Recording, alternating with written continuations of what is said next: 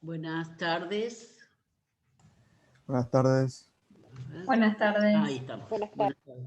¿Qué tal? ¿Cómo andan? ¿Bien? Bueno, todo bien, por suerte. Vamos a terminar con propiedad horizontal, que es el tema que nos ocupa. A ver si podemos terminar la clase de hoy con propiedad horizontal. Porque ya tenemos fecha de examen, no sé si la saben. 28 de junio, ¿o no? Sí, la semana, a ver, denme un momento. Sí, el 28 porque tenemos el recuperatorio. Sería, a ver. 28 de junio, 12 de julio, recuperatorio. Así que las clases regulares terminan el viernes 25. Y conmigo van a tener una clase que es la del 17 y la del 21 feriado. Así que seguramente la semana del 25, que el 21 feriado, o ya sea el martes o el jueves, lo más probable que sea el martes, en la clase del doctor Politis, hagamos una clase de repaso, el martes 22. ¿Sí? Así que ya después la otra del jueves sería muy cerca del examen, ya no lo vamos a hacer a la clase de repaso, pero siempre nosotros en la última semana hacemos una clase de repaso con todos los temas o las dudas que tengan y demás. Bueno, vamos entonces a ver, a tratar de terminar lo que es la propiedad horizontal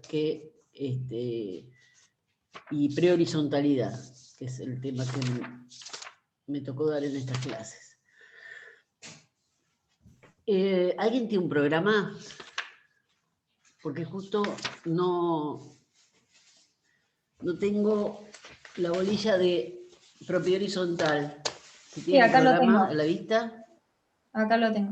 Díceme, si fíjate la bolilla, ¿qué puntos toca de prehorizontalidad? Ya para tenerlos.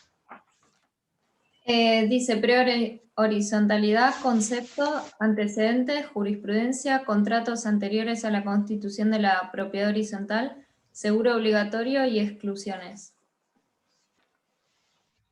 Perfecto, está bien. Porque no me acordaba si entraba la parte de los fallos, o sea, acá y es justamente jurisprudencia, los fallos de prehorizontalidad que vamos a ver hoy. Bueno, entonces vamos a intentar terminar esta bolilla, que sería la propiedad horizontal y la prehorizontalidad. Habíamos visto entonces todo lo que es el reglamento, la asamblea, el consorcio de copropietarios, qué son las actas como forma de plasmar la cuestión de la asamblea, qué es lo que pasa con todo lo que es virtual actualmente, la jurisprudencia que dice la provincia, que por supuesto el código no lo trae porque la pandemia, el código del 2015, la pandemia 2020, no estaba ni en la idea del legislador que iba a pasar lo que pasó en el 2020 y lo que está pasando este año, ¿no?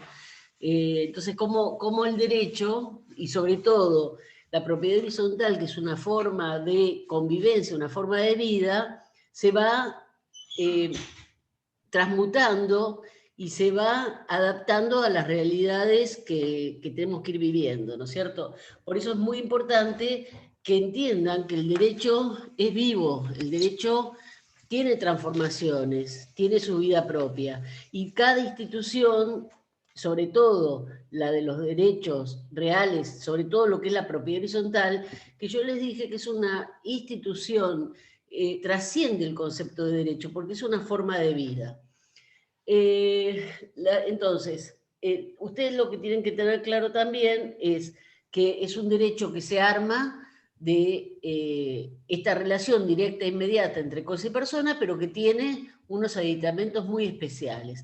La existencia de reglamento, la existencia de administración, la existencia de consorcio, la existencia de la forma de deliberar de ese consorcio a través de las asambleas, asambleas ordinarias, asambleas extraordinarias, la forma que tenemos de solventar la vida en común, que es a través de las expensas comunes, que a su vez pueden ser ordinarias y extraordinarias. Y la existencia o no del Consejo, la existencia del reglamento como pauta de nacimiento de la propia derecho real, porque nace cuando se configura este reglamento. Partiendo de este punto, específicamente, decir, cuando nace la propiedad horizontal, nace con la redacción e inscripción del reglamento de copropiedad de administración. Si ustedes vieron alguna vez un reglamento, es una escritura, y es una escritura que es parte integrativa de lo que es la escritura de dominio de cada unidad funcional. Integra este título, a su vez el título madre, que sería el título de propiedad que cada propietario va a tener respecto a su unidad funcional. Porque voy a tener ahí la vida de lo que es la forma que voy a consensuar vivir con mis copropietarios, y voy a tener determinado cómo se maneja ese determinado consorcio. Dentro de lo que es la propiedad horizontal, bueno, nace en ese momento. Pero ¿qué es lo que pasa con todo el estadio anterior a la propiedad horizontal? Nosotros ya hemos visto la primera clase, que cuando abordamos el tema, que la propiedad horizontal es un derecho que es de creación moderna. Ya en el derecho romano, raro que encontráramos este antecedente, sino que viene a nacer en la Edad Media, en el derecho moderno, porque es cuando falta el inmueble principal, que es el lote de terreno, cuando las ciudades empiezan a crecer, que empiezan a crecer para arriba. Y empiezan a crecer para arriba y empiezan a tener ciertas cuestiones comunes, como más caro una persona tener un ascensor que 10 personas tener un ascensor, 20 personas mantener un encargado que una persona mantener una ama de llaves. Entonces es como que se empiezan a simplificar ciertos, dentro de lo que es el instituto, ciertos gastos que van a ser los gastos comunes, a esas partes comunes.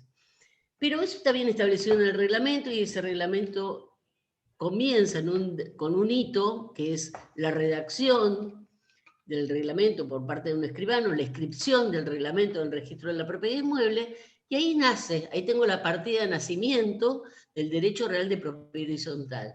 Pero ¿qué es lo que pasa antes? Pensemos que en el año 49 nace la propiedad horizontal, que se hubo que regular en forma bastante, diría, como necesaria, porque ya había edificios, pero no estaban sometidos a la propiedad horizontal. ¿Por qué? Porque la propiedad horizontal en el Código de Vélez estaba vedada, estaba prohibida. Entonces, viene una ley, que la ley no lo dice en ningún momento, que es la ley 13.512, viene a crear el derecho real de propiedad horizontal.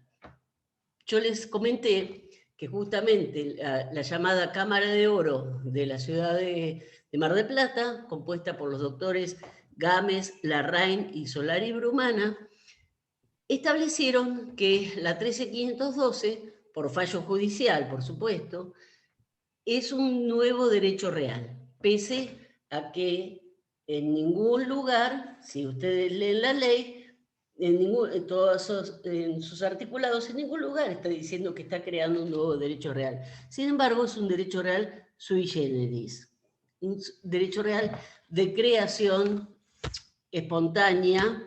¿Por qué? Porque no lo dice la ley, pero todo da para decir que es un derecho real nuevo.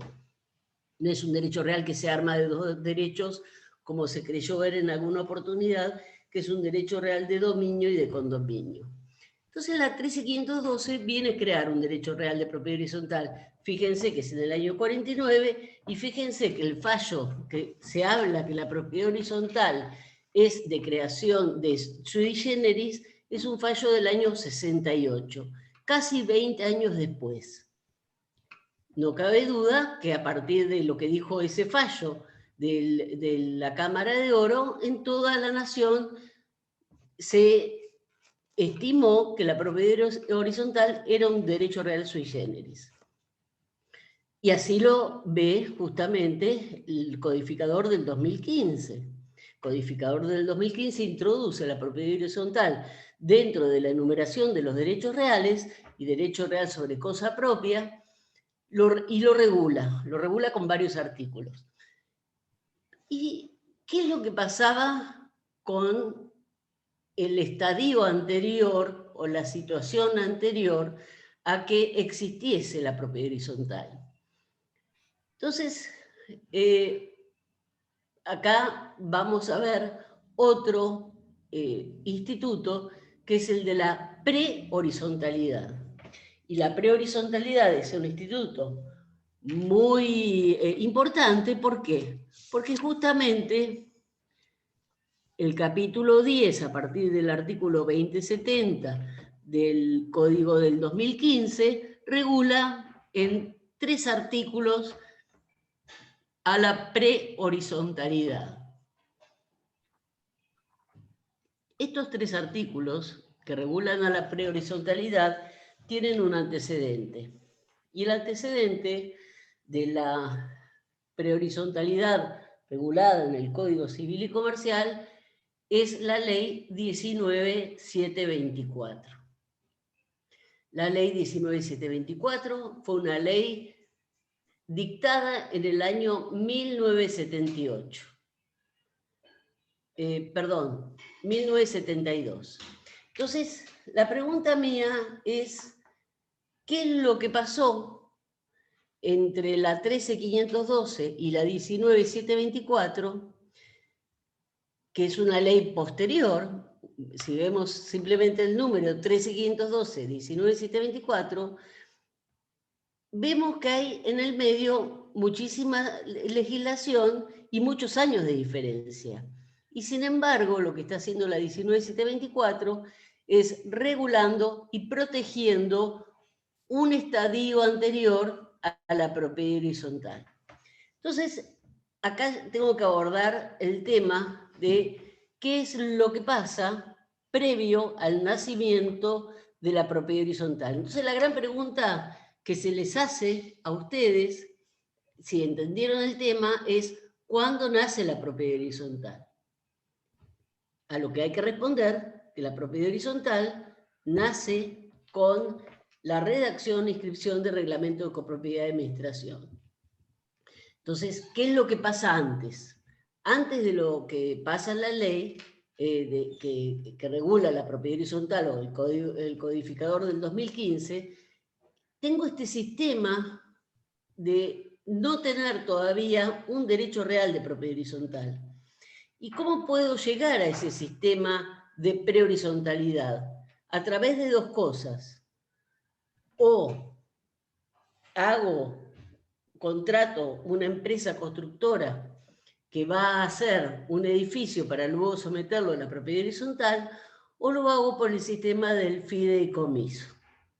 Y esto, por eso es tan importante cuando vemos dominio y vemos clase de dominio, que vemos que hay 3 clases de dominio, que es el dominio revocable, el dominio fiduciario y el dominio desmembrado. Cuando hablamos de dominio fiduciario, justamente estamos hablando de este sistema que accede luego a lo que es la propiedad horizontal. Entonces tengo estos 2 caminos para acceder a la propiedad horizontal, o a través del fideicomiso o a través del sistema de la prehorizontalidad. ¿Por qué les digo esto? Porque si hay en esta legislación que va de la ley 13.512 a la 19.724 estos años de diferencia, significa que hubo muchas situaciones las cuales los adquirentes por boleto de futuras unidades funcionales no estaban protegidos. Entonces, aparece la ley 19.724 que establece varias cuestiones que hicieron jurisprudencia a nivel nacional también, a través de unos fallos, que son los que vamos a ver hoy, que se llaman Cotton con Tutujian, Alvear con Taub, y uno de Mar del Plata, que es Cacheiro con Escobio, y uno de la provincia de Buenos Aires, que es Fortete con Kremer. Estos 4 fallos hacen a lo que es la propiedad, la prehorizontalidad, para luego acceder a la propiedad horizontal.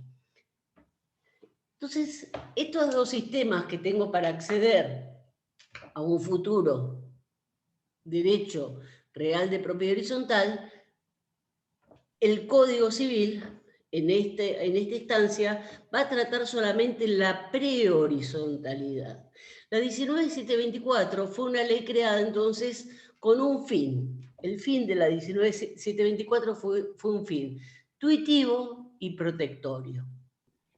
Tuitivo y protectorio, ¿por qué? Justamente porque lo que estoy comprando, la prehorizontalidad, previo a que exista la división de la propiedad horizontal de un determinado inmueble conforme a la legislación de lo que era la 19.724, refiriéndose a la 13.512, estaba comprando lo que se llama un cubo de aire. Entonces tenía que haber algún tipo de protección. ¿A quién se protege?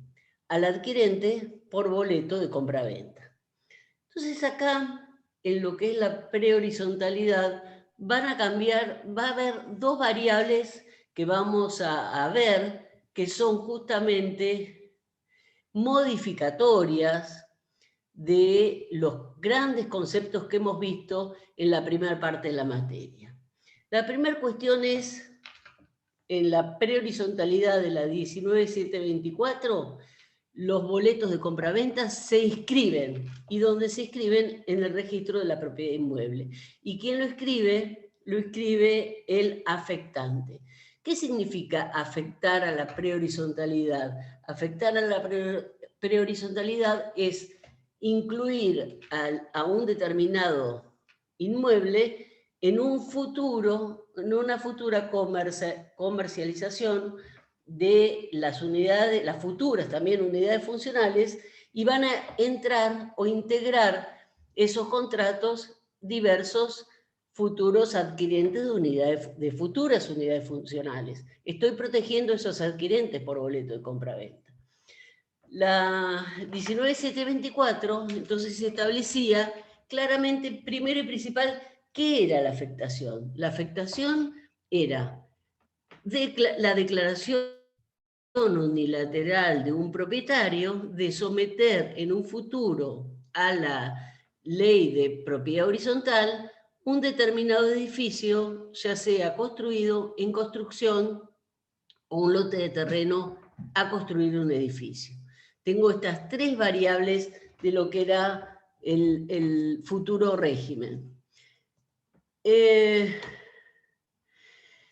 Lo que sería el 2070, 2071, 2072 sería como la simplificación de la ley 19.724. ¿Por qué? Porque se puede acceder a la propiedad horizontal por un sistema previo a que la construcción del edificio, que no sea a través del contrato de fideicomiso como forma de comercialización y construcción, sí, a través de una empresa constructora. Entonces, esos contratantes por boleto de compraventa deben estar protegidos, y están protegidos a través de esta normativa que resume estos 3 artículos, que no dejan más que, en realidad están resumiendo lo que era la 19.724 anterior. Entonces, la declaración unilateral de voluntad debía ser inscripta en el registro del inmueble. ¿De qué? ¿Qué se escribía? Se escribía este sometimiento a la ley. Este sometimiento a la ley, que lo establecía el artículo 1, el artículo 2 y el artículo 3 lo que establecía eran las constancias y los recaudos que debía acompañar el escribano con las constancias y los recaudos de la escritura de afectación, que era el título de propiedad, que se encontraran las tasas, contribuciones al día, que el inmueble estuviese desocupado, el estado de ocupación del inmueble, todos estos recaudos y requisitos que debía acompañar el escribano, se escribían en la escritura, eran anexos de la escritura, y hacía un efecto, que ese efecto principal era no poder darle al inmueble otro destino que no fuese el de la escritura de afectación. Luego había lo que se llamaba la desafectación o la retracción, los artículos 5 y 6, para luego llegar al artículo 12, que era el artículo 12 el que dio origen a los fallos, que son los fallos que están pidiendo justamente el programa cuando dice prehorizontalidad, antecedentes, jurisprudencia. Los antecedentes entonces es la 19.724 en los artículos 2070, 2071 y 2072, en este articulado que les estoy hablando, y lo que vulnera en lo que sería la primera parte del programa que nosotros vemos, que es la posesión, vulnera conceptos que hemos visto respecto a la posesión, como por ejemplo el gran principio del prior in tempore potior in iure. Cuando nosotros vemos posesión, vemos que la posesión otorga fuertemente este concepto de primero en el tiempo, mejor en el derecho. Primero en el tiempo, mejor en el derecho que otorga la posesión es el que primero posee, se coloca en una situación de prioridad sin importar el título. En cambio acá, en lo que sería la prehorizontalidad y el artículo 12 que establecía que los contratos de futuras unidades funcionales, cuando aparecen adquirentes que van y la persona que los comercializa, esos contratos deben ser inscriptos. Esa inscripción, que es la segunda gran cuestión que encontramos, que se escriben boletos. La 19.724 daba vocación registral a los boletos de compra-venta, vulnerando así el segundo principio que vemos en esta parte de la materia en publicidad, que los instrumentos privados no se inscriben, a no ser que tengan vocación registral. ¿Y quién le da la vocación registral? La ley le otorga la vocación registral. La 19.724 reconocía un antecedente inmediato, que era la 14.005, la venta de los lotes a plazo. Entonces encontrábamos en la legislación previa a lo que es el codificador del 2015, dos situaciones de inscripción de boleto de compra-venta. La venta de lotes a plazo, como antecedente de la 14.005, como antecedente de la 19.724, y la 19.724. Esta cuestión hace entonces estas dos grandes excepciones. ¿Excepción a qué? Excepción al principio del prior in tempore potior in iure y excepción a la vocación registral que tienen los instrumentos privados en el caso del boleto de compra-venta.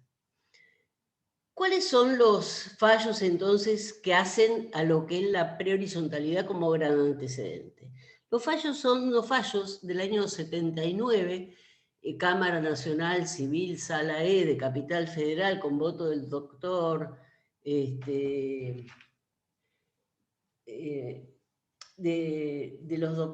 la Cámara, perdón, el fallo plenario de Cotton, es un fallo plenario Cotton Cotutugian, no es un fallo con voto de sala, es un fallo plenario Cotton. Cotton establecía claramente que, ¿qué son los fallos plenarios? Para entrar a hablar de lo que es la importancia que tiene un fallo plenario. El fallo plenario es cuando hay dentro de la misma Cámara dentro de la misma Cámara con las distintas salas fallos contradictorios entre sí. Son fallos análogos que son contradictorios entre sí.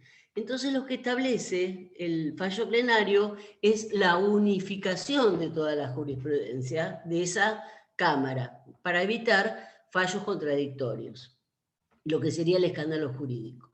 Entonces llega a la Cámara esta cuestión que ya había sido debatida previamente con distintas opiniones.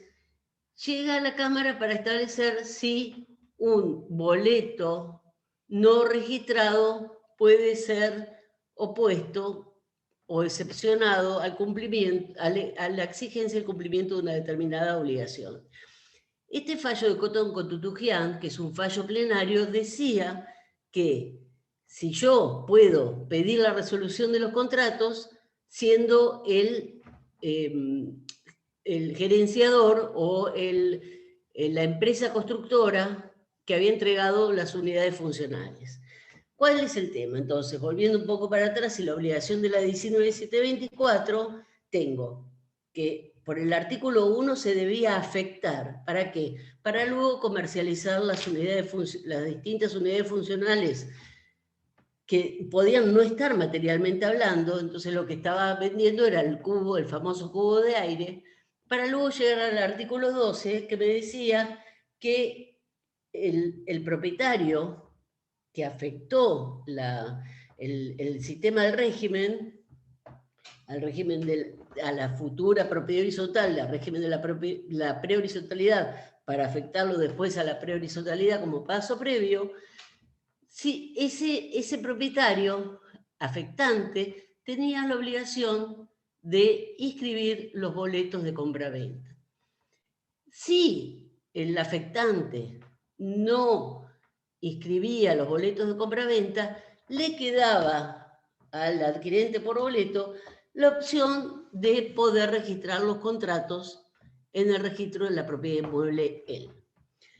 Entonces acá, Cotton Cotutujian, Cotton exige el cumplimiento de la obligación, que era el pago de las unidades funcionales, a lo que los adquirentes por boleto dijeron, como usted no afectó, nosotros interponemos una exception non adimplentes contractus, que es una excepción de incumplimiento, porque usted no afectó, por lo cual incumplió primero. Entonces nosotros incumplimos. Y así fue que el fallo plenario, con la opinión de la minoría, que eran los doctores Igarzábal y Bernengo Prat, dijeron, la minoría dijo no, ahí hay un abuso de derecho. Pero la mayoría dijo, los boletos no registrados no dan derecho al adquirente, al enajenante contra el adquirente, pero sí al adquirente contra el enajenante, basándose en el artículo 12. Esa fue la primera cuestión. La segunda cuestión fue si las especificaciones que surgen de la 19724 son de orden público o no. Y la segunda cuestión, esto sí llegó la mayoría a establecer que las normas que surgen de la 19724 son normas de orden público. Quiere decir que no pueden ser dejadas de lado. Este fallo plenario, Cotutujian, si bien tiene esta opinión de la minoría, fue un fallo que marcó un rumbo. Y marcó el rumbo, no solamente de darle el carácter de orden público a la ley 19724, sino que esta cuestión de los boletos no registrados no dan derecho al enajenante contra el adquirente, pero sí al adquirente contra el enajenante. El segundo fallo, a ver, ¿quieren hacerme alguna pregunta antes de seguir? Hola. ¿Alguna pregunta antes de seguir? No, profe, está bien.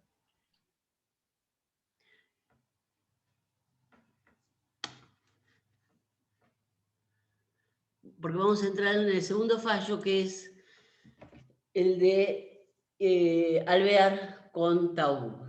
Alvear con Taub fue un fallo donde el enajenante, empresa constructora, termina de hacer el edificio y le entrega a los adquirentes las unidades funcionales. Cuando pide el saldo de precio, los adquirentes dicen, no, pero en realidad, como vos no afectaste el sistema a la prehorizontalidad, no es un compartimiento estanco, sino que tenemos que volver para atrás y tener que hacer todo el sistema de la prehorizontalidad porque es de orden público. A lo que vemos, y que esto atenta contra la buena fe y atenta contra lo que sería la dinámica contractual de lo que es hacer un edificio, entregar las unidades funcionales. Entonces, ¿cómo vamos a volver atrás todo un sistema cuando ya tengo las unidades funcionales terminadas? Y ahí hubo que buscar como una excepción a la gran rigidez que tenía el fallo Cotton-Cotutugian y decir, no, si el enajenante ofrece la posesión, ofrece la escrituración, ya no tiene más obligaciones pendientes, por lo cual podemos obviar todo el sistema de la prehorizontalidad en este caso determinado. Entonces hubo que buscar la vuelta para decir, no, bueno, sí, ¿cuál es el derecho vulnerado del adquirente? Si le dieron la posesión del inmueble, de su unidad funcional, le ofrecen la escritura, no hay derecho vulnerado, bueno, en este caso no hay necesidad de volver para atrás el sistema y ir a la prehorizontalidad de nuevo.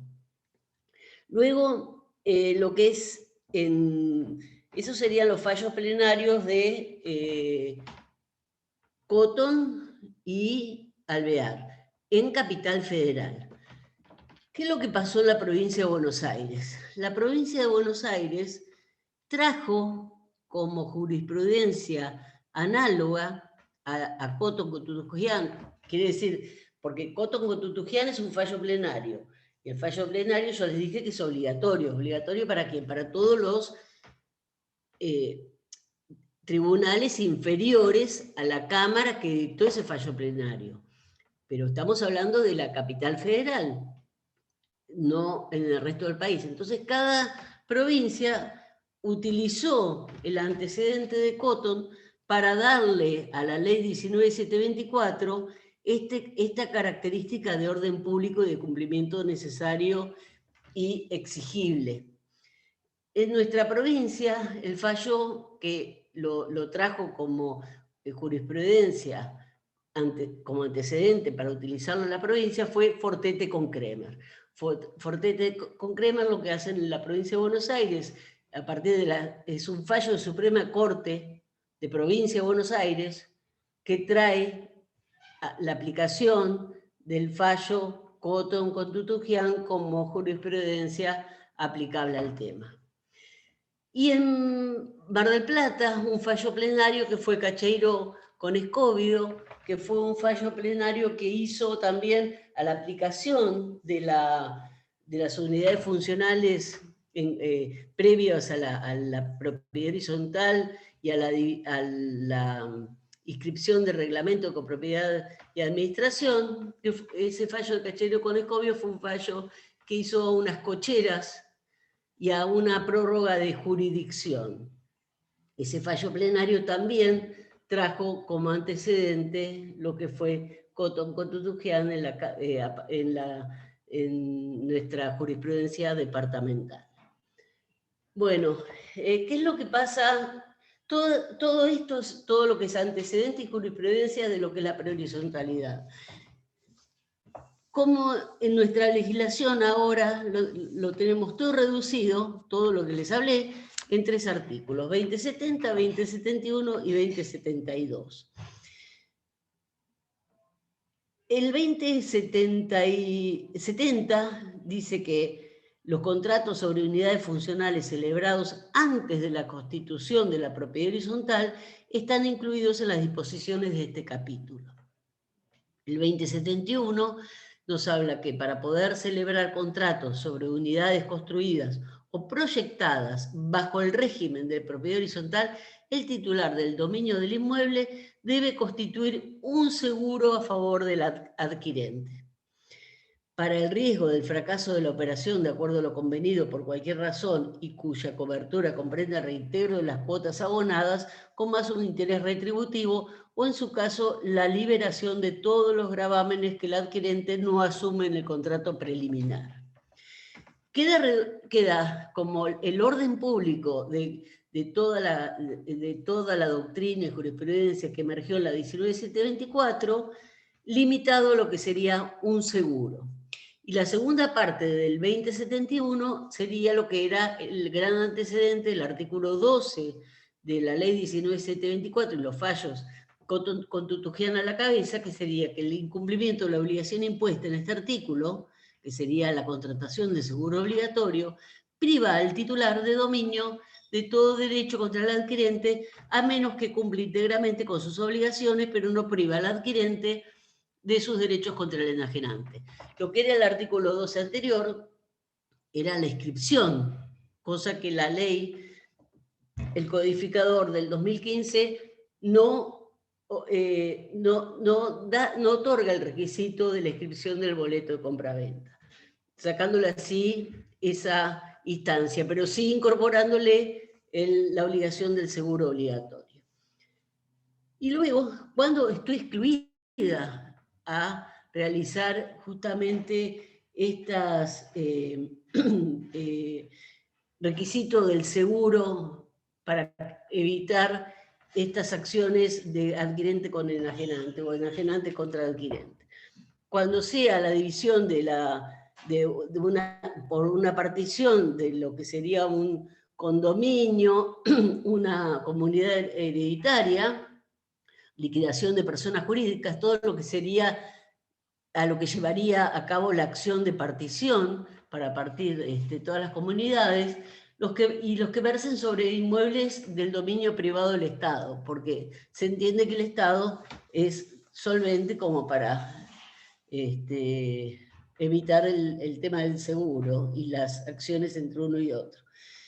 Y lo mismo que el financiamiento fideicomiso de entidades financieras calificadas por los organismos de control o por el propio Estado. Y ahí estaría excluido yo de hacer el seguro obligatorio a los fines de realizar el sistema de la prehorizontalidad previo a la propiedad horizontal. Bueno, con esto ya damos por terminado la bolilla de propiedad horizontal. ¿Alguna pregunta? ¿Alguna duda con respecto a propiedad horizontal? Profesora, respecto a los dos sistemas que mencionó para conformar el derecho real de propiedad horizontal, le quería hacer una consulta, más que nada para ver si me quedó gráfico los dos sistemas que dio. O sea, tenemos un sistema que es de prehorizontalidad, sí, donde yo, que soy el dueño, pongamos, del terreno, quiero constituir a futuro derechos reales de propiedad horizontal, firmo boletos de compra y venta al adquirente, que tienen el carácter de afectación a un futuro, a una futura constitución de derecho real. Ese sería uno. En realidad, acá, lo que sería es, yo tengo un inmueble, un lote de terreno, ¿y qué hago con ese lote de terreno? Contrato una empresa constructora. Esa empresa constructora empieza a comercializar las unidades funcionales, ¿sí? Yo, dueño del terreno, firmo con la empresa quiebra. ¿Quién es el obligado a entregar las unidades funcionales si la empresa quiebra? Subsidiariamente soy yo porque soy el dueño del terreno, pero por la empresa tendría que responder. Subsidiariamente no, sos vos. Después el contrato del propietario con la empresa es otra cosa. Sí, yo repito con Vos él. tenés el propietario, que es el enajenante, y el adquirente por boleto. ¿Sí? Entonces yo por eso tengo que contratar un seguro. De no poder. ¿Por qué? Porque son ventas de las unidades funcionales son normalmente comercializadas a plazo. Vos vas pagando en forma mensual, ya sea en dólares, en dinero, en lo que sea, ¿no? Bueno, en moneda. Vamos a poner cualquier contrato que vos hagas de compraventa de una unidad funcional a construir. ¿Sí? Tienes el lote, comercializa, pone la publicidad, todo bueno. La empresa constructora es XX. Ahora, ¿cuál es el otro sistema que hemos visto? dentro de lo que es el dominio? El del fideicomiso. ¿Y cómo es? Se constituye un fideicomiso, o sea, un fondo de inversión para ir construyendo unidades funcionales. Sí, en realidad no es un fondo de inversión. Un fondo de inversión es un concepto financiero. ¿Qué sería? Un patrimonio de afectación. Es un patrimonio especial de afectación, para un fin específico. Bien, es un patrimonio de afectación, sí, que debe cumplir ese objetivo. Es un contrato por medio del cual van a intervenir un montón de personas acá. En primer lugar, la sociedad fiduciaria, que es la que va a administrar ese patrimonio de afectación. Después vas a tener los beneficiarios, vas a tener el fideicomisario y vas a tener los fiduciantes, los aportantes. Que ese fiduciante puede coincidir o no en el fiduciario. Si vos vas a hacer un edificio, nos vamos a juntar varios aportantes, pero es totalmente distinto el sistema. ¿Por qué? Porque el patrimonio de afectación ese patrimonio va a responder a esas deudas, a esos créditos, a esa afectación. En cambio, yo dueña de un inmueble que quiero construir un edificio, contrato con una empresa constructora y los demás son adquirentes por boleto de compra-venta. Es muy distinto el sistema. Lo que trata el 2071, 2070 y 2072 es el sistema de la prehorizontalidad. ¿Por qué? Porque ya fideicomiso ya lo vimos. Pero ¿por qué? Porque acá estamos en la propiedad horizontal. Ya fideicomiso lo vimos cuando vimos dominio, y la ley nos está diciendo, ojo, puede haber otro sistema que sería la prehorizontalidad.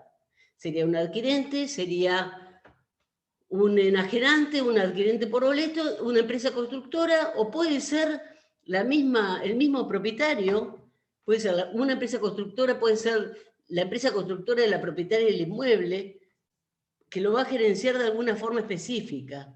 Y es distinto el sistema de llegar a la propiedad horizontal, no por llegar a la propiedad horizontal, porque los dos van a llegar al mismo punto, que es el reglamento con propiedad de administración, que van a ser la propiedad horizontal. Pero va a haber un paso del fideicomiso a la propiedad horizontal y va a haber un paso de la prehorizontalidad a la propiedad horizontal. Profesora, una pregunta. Espera que estaba con el alumno, a ver si me entendió.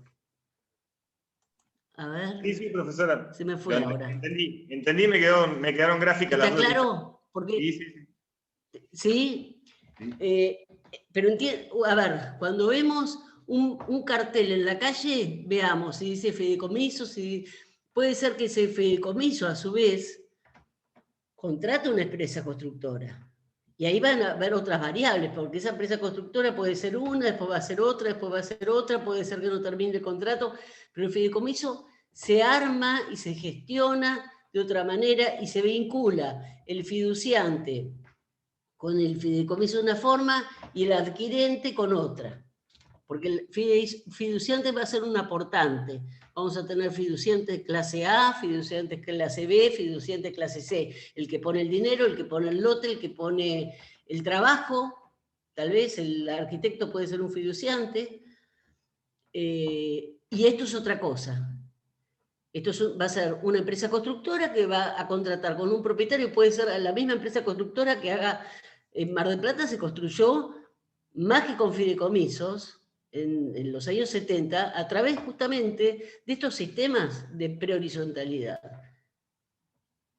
y empresas constructoras. ¿Sí? La ley 24441 es posterior y es la que va a traer después todo el antecedente y el bagaje que incorpora también el código. ¿Sí? Bueno, a ver, ¿quién me hizo la pregunta? Y que sí, yo. Alcira. Sí, lo de la prehorizontalidad, digamos, es un paso previo siempre, antes de constituir el derecho real. Siempre. O sea, que no es un derecho real, es un contrato. No. en realidad, la prehorizontalidad es un estado previo. No hay derecho real todavía. No hay derecho real todavía. Ojo. ¿El derecho real cuándo nace? Nace con el reglamento de propiedad y administración. Entonces, la prehorizontalidad es un estadio previo, que justamente la 19724 lo que dijo, guarda, acá estamos ante un instituto de orden público, aunque no sea un derecho real. ¿Por qué? Porque es un sistema tuitivo, es un sistema protectorio de los adquirentes por boleto. Porque en los años 70, fíjense, esta ley es justamente la 19724, es después de la propiedad horizontal, se crea todo un sistema a través de la 19724 protectorio, porque hubo 30 años de abusos, 30 años de empresas constructoras quebradas, 30 años de personas que compraban el mismo cubo de aire, porque yo tengo la prehorizontalidad que dice, voy a construir un edificio de 5 pisos con 3 departamentos cada piso. Y si vos comprabas el mismo que yo, y nos vendían el mismo, entonces, ¿cuál es el primero que...? Por eso el sistema de la inscripción, justamente, de lo que era el boleto como excepción. Y la excepción, a su vez, a lo que era la posesión, porque se prefería el boleto inscripto a la posesión sin boleto. Se prefería un boleto inscripto a la posesión sin boleto. Pero ahora no. El boleto alterando los conceptos de priori in tempore hypothea iure, ¿sí? Quedaste. Ahí está de nuevo. Decime, que no te escuché la pregunta. No, si hoy por hoy los boletos de compra-venta de este tipo digamos, de operaciones no se inscriben. No. Ah, bien, listo. No. No, pero como antecedentes se inscribían. Hay que tenerlo como en la 14.005. La 14.005 tampoco exigía la inscripción de los boletos después del pago del 25% y se otorgaba la posesión. Hay boletos inscriptos, todavía hay boletos inscriptos. Pero la nueva normativa no exige la inscripción. Lo que exige es un seguro. ¿Por qué? Porque sigue teniendo el principio protectorio intuitivo. Mejor tener un seguro, porque aparte se replica el artículo 12, dice, si no tenés boleto inscripto, no da derecho al enajenante contra el adquirente, pero sí a este contra el enajenante. Y acá no tenés seguro, el adquirente tiene derecho contra el enajenante, pero no el enajenante contra el adquirente si no hay seguro. El seguro que es obligatorio según el 2071. ¿Sí? Bueno, ¿algo más? Doctora, ¿Alguna otra ¿qué duda? tipo de Así ya entramos directamente en la clase que viene con lo que es usufructo, uso, habitación.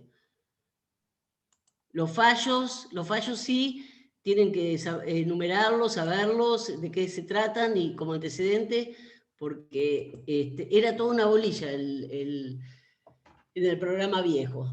Y como antecedente, porque se subsumen en 3 artículos solamente. Porque desaparece la inscripción, porque se obliga al boleto, sigue habiendo las mismas excepciones que antes. Si yo divido, vamos a suponer, hay una casa, a ver, ¿conocen el Palacio San Miguel? La propiedad horizontal que se llama Palacio San Miguel en la costa. Esa era una casa de las antiguas de la Belle Époque de Mar del Plata. Era una casa que no se podía sostener por el alto costo de mantenimiento. ¿Y qué hicieron los dueños? Dividieron en propiedad horizontal. Entonces, si 5 dueños dividen en propiedad horizontal, dicen, vos te vas a quedar con tal piso, vos con tal otro, vos con tal otro, vos con tal otro, hacemos un reglamento y lo escribimos, ahí no hay necesidad de prehorizontalidad. Solamente hay necesidad de prehorizontalidad cuando se van a incorporar a adquirentes ajenos a lo que es la propiedad. Vamos a suponer que en una propiedad de 3 pisos, donde era una propiedad en bloque, unificada, muere el dueño y los 3 herederos dicen, bueno, son 3 pisos, vamos a quedarnos un piso cada uno. ¿Y cómo hacemos? Sí, hagamos un reglamento de copropiedad de administración, lo escribimos, vos te quedás con la planta baja, vos con el primero y vos con el segundo. Y dividimos lo que era en bloque en 3 unidades funcionales. ¿Es necesario hacer el procedimiento este? No. No, si es por división, de acuerdo a lo que es la acción de partición o división de lo que es la liquidación de una sociedad, no es necesario ir por el sistema de la prehorizontalidad. ¿Está? A ver. El Palacio, a ver qué me preguntan.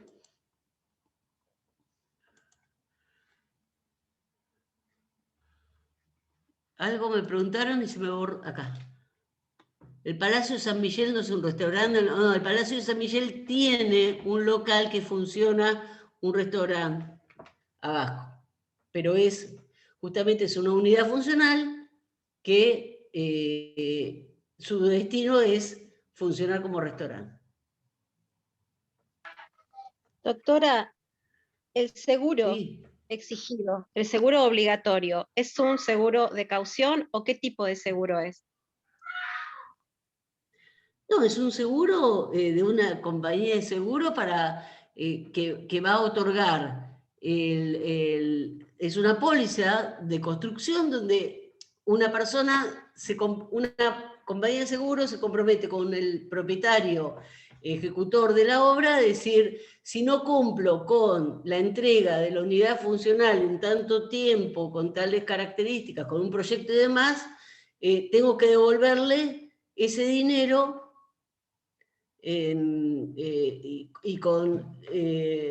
actualizado con lo que dice el código. Entonces, si yo puse 20.000 pesos porque pagué 2 cuotas de 10.000 pesos cada una y al tercer mes no puede seguir la obra por alguna cuestión determinada por el enajenante, me va a tener que devolver, tiene que tener un seguro donde me va a devolver ese dinero actualizado al momento de romper el contrato. Está bien, entiendo. El seguro sería el seguro por el rompimiento del contrato. El no poder ejecutar la obra. En la 19.724 había 2 clases de rompimiento de contrato, el no poder seguirlo, que era por retracción o desafectación. Acá no aclara mucho. ¿Por qué? Porque el sistema de la prehorizontalidad es un sistema no muy utilizado. En Mar del Plata hay gerenciadoras, como por ejemplo Developer, que no hace sistema de fideicomiso, sino que hace sistema justamente de prehorizontalidad, que entregan la unidad, lo que se llama llave en mano.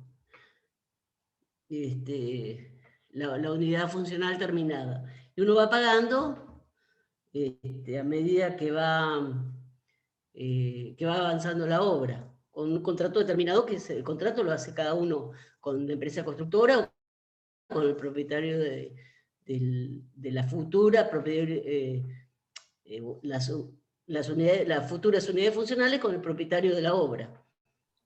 ¿Sí? Pregunta, y no es para el adquirente, ¿no? Sí. Yo digo, quiero comprar una casa futura, del POSE, qué sé yo. ¿No es mejor plantear la prehorizontalidad porque ya tengo, digamos, es exigible por parte del adquirente? No, o es algo que digamos, el dueño del lote... No, el negocio te lo da. No, uno, normalmente hasta en el fideicomiso uno entra al negocio, por decirlo de alguna forma. No es que se juntan 10 y decimos, por supuesto, hay fideicomisos que funcionan así. Nos juntamos 3 o 4 y decimos, bueno, mirá, yo tengo el lote, vos tenés vos tenés la casa de materiales, vos sos arquitecto, vos sos contador, nos juntamos entre 10 personas y tenemos 5 aportantes. Y hacemos en 2 años, mirá, hago las cuentas, en 2 años podemos hacer un edificio y cada uno se lleva una unidad funcional. Eso es el contrato de fideicomiso, ¿sí? Fideicomiso de la construcción. Ahora, la prehorizontalidad es, soy empresa constructora, bueno, me dedico a qué? A comprar lotes en distintos lugares, voy haciendo edificios, los voy vendiendo a medida que los voy terminando. Son dos sistemas distintos.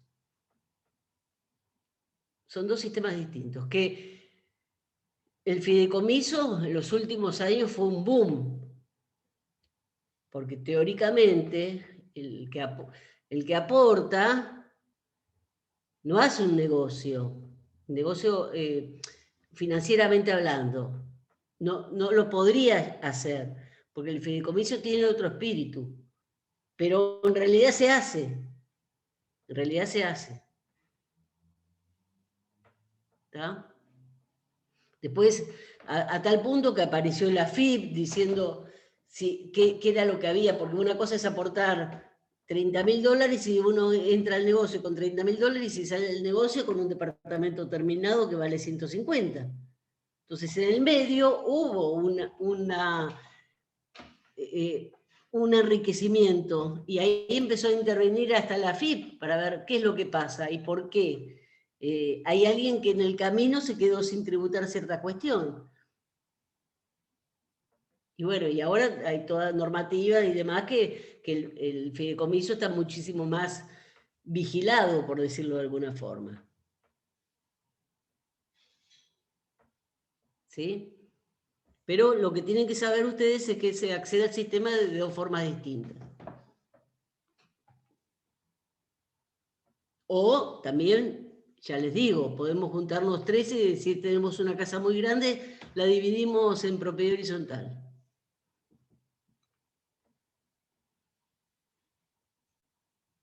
¿Sí?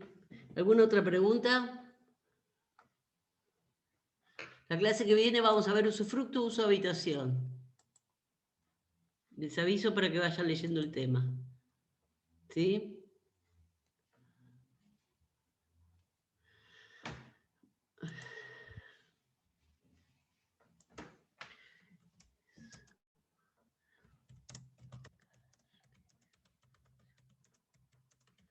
Bueno, gracias, profe.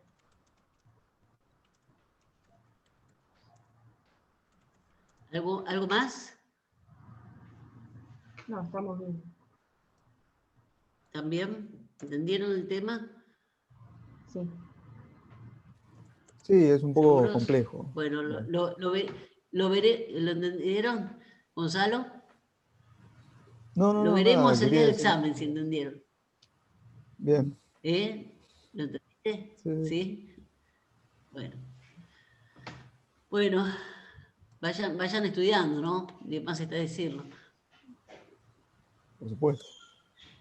Bueno, hasta la próxima entonces. Bueno, Chao. muchas Hasta la gracias. próxima. Hasta luego. Hasta luego.